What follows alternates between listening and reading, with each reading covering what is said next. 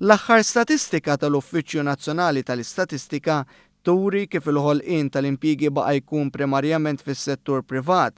Fil-fatt jirriżulta li l-impjiegi full-time fis-settur privat żdiedu b'7,075 filwaqt li fis-settur pubbliku l-impjiegi żdiedu biss b'309 persuni.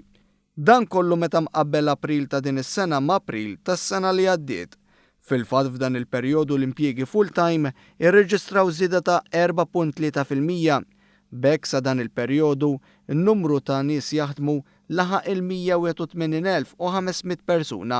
Dan kien prinċipalment attribwit għaż-żieda fil-popolazzjoni li taħdem biqlieħ fuq bażi full-time b'7,384 u tnaqqis fil-qatt ta' 1,817.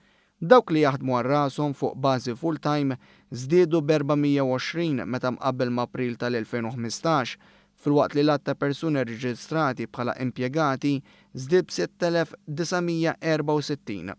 L-impjiegi full-time għall-irġiel telgħu b'3.2% filwaqt li fil-każ tan-nisa telgħet b'6.3%, dan fuq l-istess xahar tal-2015.